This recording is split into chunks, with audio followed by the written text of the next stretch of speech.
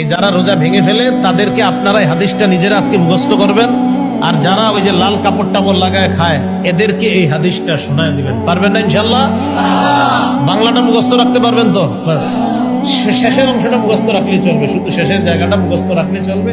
আমি বলছি মন দিয়ে শুনুন। রাসূলুল্লাহ সাল্লাল্লাহু আলাইহি সাল্লাম বলেন, আমি ঘুমিয়েছিলাম, স্বপ্নে দুই ব্যক্তি আমার কাছে এসেছে, আমার দুই বাহু ধরে আমাকে টেনে নিয়ে গেছে, দুর্গম একটা পাহাড়ের কাছে আনছে।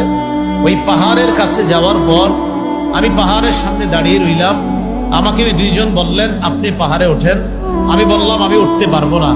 তারা দুইজন আমাকে বললেন, আমরা এই পাহাড়ে যেন আপনি উঠতে পারেন, এই ওঠাটা আমরা আপনার জন্য সহজ করে দিব, আমরা সাপোর্ট দিব, আপনি উঠেন। রাসূলুল্লাহ সাল্লাল্লাহু আলাইহি সাল্লাম বলেন, ফাসাইদতু, আমি পাহাড়ে উঠলাম।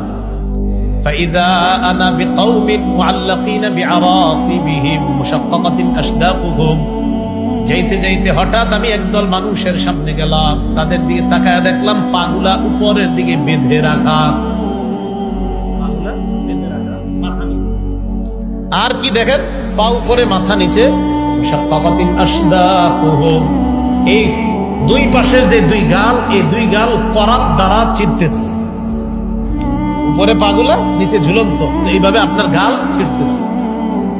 তাসিলু আশদাকুহুম দামা, এই পুরা গাল, এই চোয়াল সহ রক্ত পড়তেছে। এই কল্পনায় আনেন, দৃশ্যটা কল্পনায় আনেন, পা উপরে মাথা নিচে, দুই পাশের গাল থেকে রক্ত পড়তেছে। ব্যাপারটা কত ভয়ঙ্কর।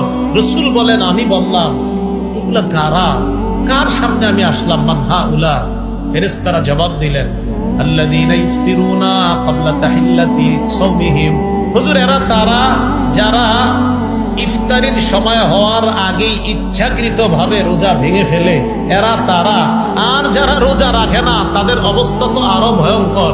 রাসূল বলেন, একদল হুজুর ইচ্ছাকৃতভাবে রোজার সাথে তামাশা করে, ইচ্ছা করে রাখো, মন চায় আমি রাখবো, মন চায় রাখবো না, ইচ্ছা করে যারা ভেঙে ফেলে, এদের এই অবস্থা, এটা চলতেই থাকবে। পাগুলো উপরের দিকে দেওয়া, মাথা নিচের দিকে দেওয়া, দুই পাশের গাল বেয়ে বেয়ে রক্ত পড়তেছে। এরা কারা? যারা ইচ্ছাকৃতভাবে রোজা ভেঙে ফেলে।